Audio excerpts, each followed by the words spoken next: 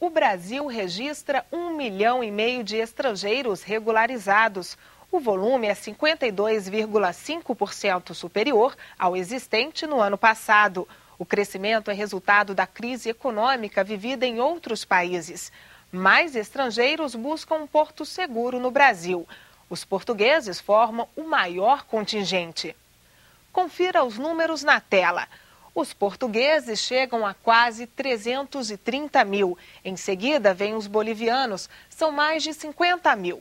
Os chineses, com mais de 35 mil, e os paraguaios, com quase 18 mil pessoas. No sentido inverso, cerca de 3.500.000 brasileiros fixaram residência no exterior. Mas qual é o perfil do brasileiro que foi morar lá fora? Dados do último censo nos dão uma boa ideia. Confira na tabela. O brasileiro padrão que emigrou é mulher, tem entre 20 e 34 anos e é natural dos estados de São Paulo, Minas Gerais e Rio de Janeiro. Estados Unidos, Portugal, Espanha e Japão são os principais destinos. O trânsito de turistas entre Brasil e Estados Unidos deve ficar mais fácil. Os governos dos dois países estudam novas fórmulas para a concessão de vistos, que já ultrapassam a casa dos 800 mil por ano. É o que adiantou o embaixador dos Estados Unidos no Brasil, Thomas Shannon. Ele analisou com exclusividade para o Diplomacia Entrevista o momento das relações diplomáticas entre Brasil e Estados Unidos.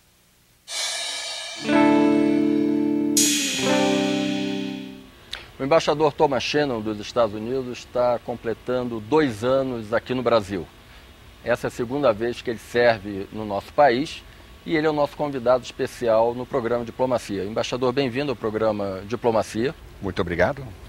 O senhor serviu a primeira vez num momento de transição do Brasil, saía do governo Sarney para o governo Collor, volta agora num governo com marca de esquerda. O que mudou daquela época para hoje, na sua visão? Quase uma transformação total, ou seja, uma mudança política, econômica, social e um avanço grande e importante no Brasil, domesticamente, ou seja, nacionalmente, mas também globalmente. O Brasil hoje é um país que já emergiu como um poder global. Era mais fácil fazer política internacional antes ou agora é mais fácil? É mais interessante hoje, porque o mundo é mais dinâmico e então temos muita oportunidade para fazer mais. Ou seja, há 20, 25 anos o mundo estava dividido em blocos. Hoje há um dinamismo que implica que podemos relacionar-nos com muitos parceiros. O presidente Obama esteve no primeiro semestre no Brasil.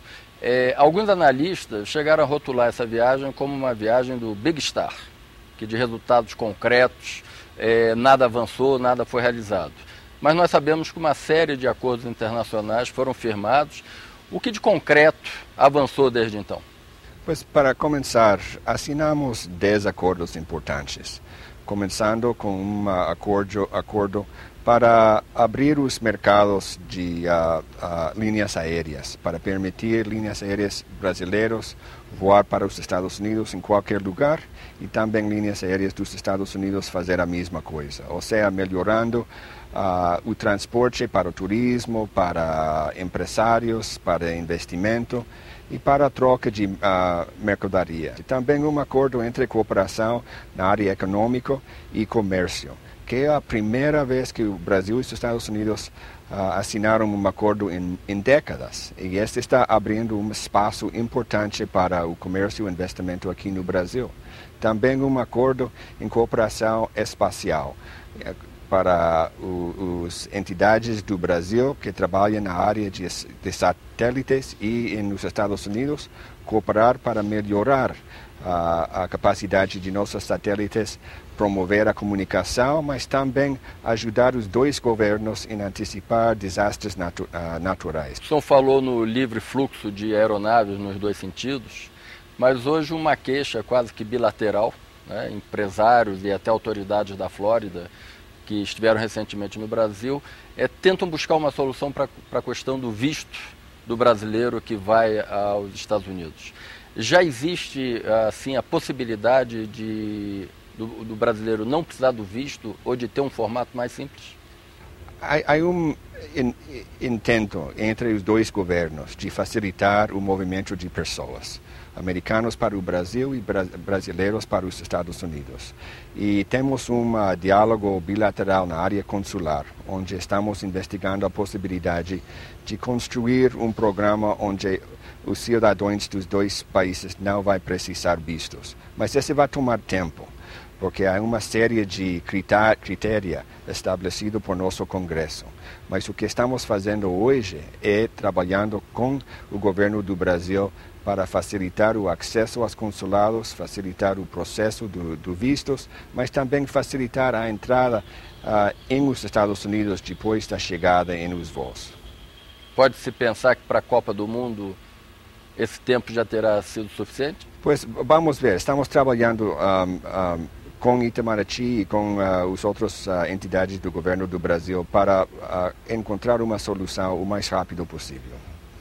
Embaixador, de que forma essa crise financeira internacional está afetando hoje as relações Brasil-Estados Unidos? Nós sabemos, por exemplo, que em termos de balança comercial, os Estados Unidos já não é mais o principal importador brasileiro, né? A China ocupou esse espaço e a China também, aos poucos, vem se transformando como um dos principais investidores dos estrangeiros no Brasil. A crise afetou esse equilíbrio da correlação econômica? Ao começo afetou, porque havia uma diminuição na demanda de produtos dentro dos Estados Unidos. E esse afetou o nível de comércio entre os dois países. Mas hoje o Brasil e os Estados Unidos estão melhorando o nível de comércio e investimento. E este ano o Brasil e os Estados Unidos vão chegar a um nível recorde em termos de comércio, mais de 60 bilhões de dólares. Então, estamos trabalhando bem, mas há muito mais que podemos fazer. É possível se pensar num acordo bilateral Mercosul-NAFTA? Este é criativo e inovador, e eu gosto muito dessa ideia, mas eu acho que temos muito para fazer antes que podemos falar de uma relação. Mas a ideia de procurar relações entre blocos de comércio é excelente. Abrir mais o comércio? Pois, de nosso ponto de vista, a América do Norte, América do Sul, Centro-América e o Caribe são parte de um mercado grande, onde a capacidade dos países de vender coisas e investir em outros países realmente vai ser o motor do desenvolvimento econômico.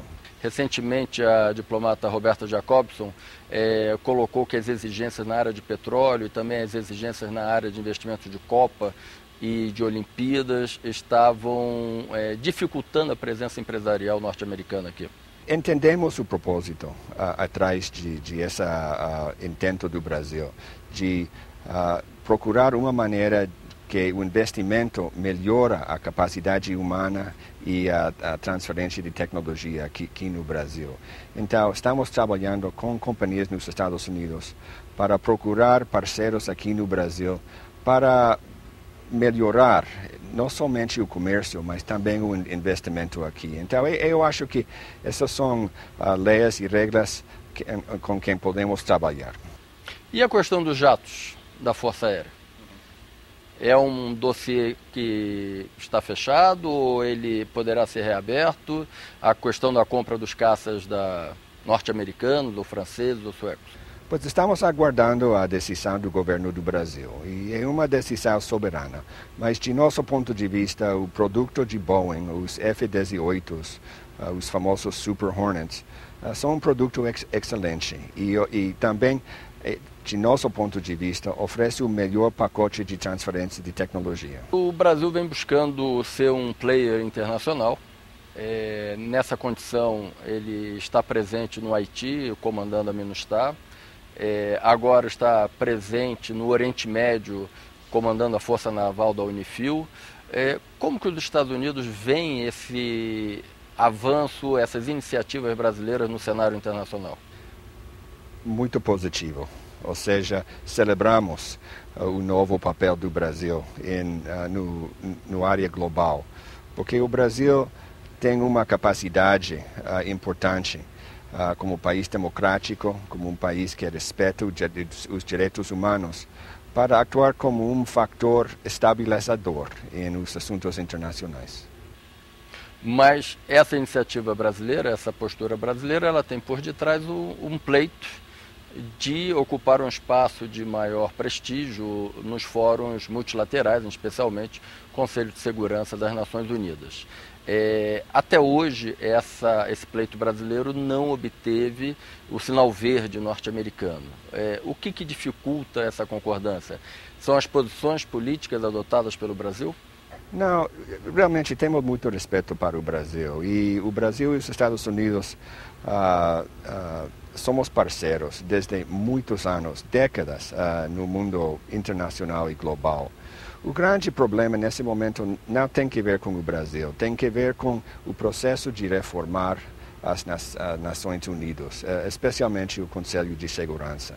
É um problema político que involucra os interesses de muitos países. Então, temos que avançar na área de construir um processo de reformar o ONU antes de começar realmente a selecionar os países que vão entrar. Mas é óbvio que o Brasil, como o poder que é hoje e o poder que vai ser, vai ter um papel importante durante essa reforma.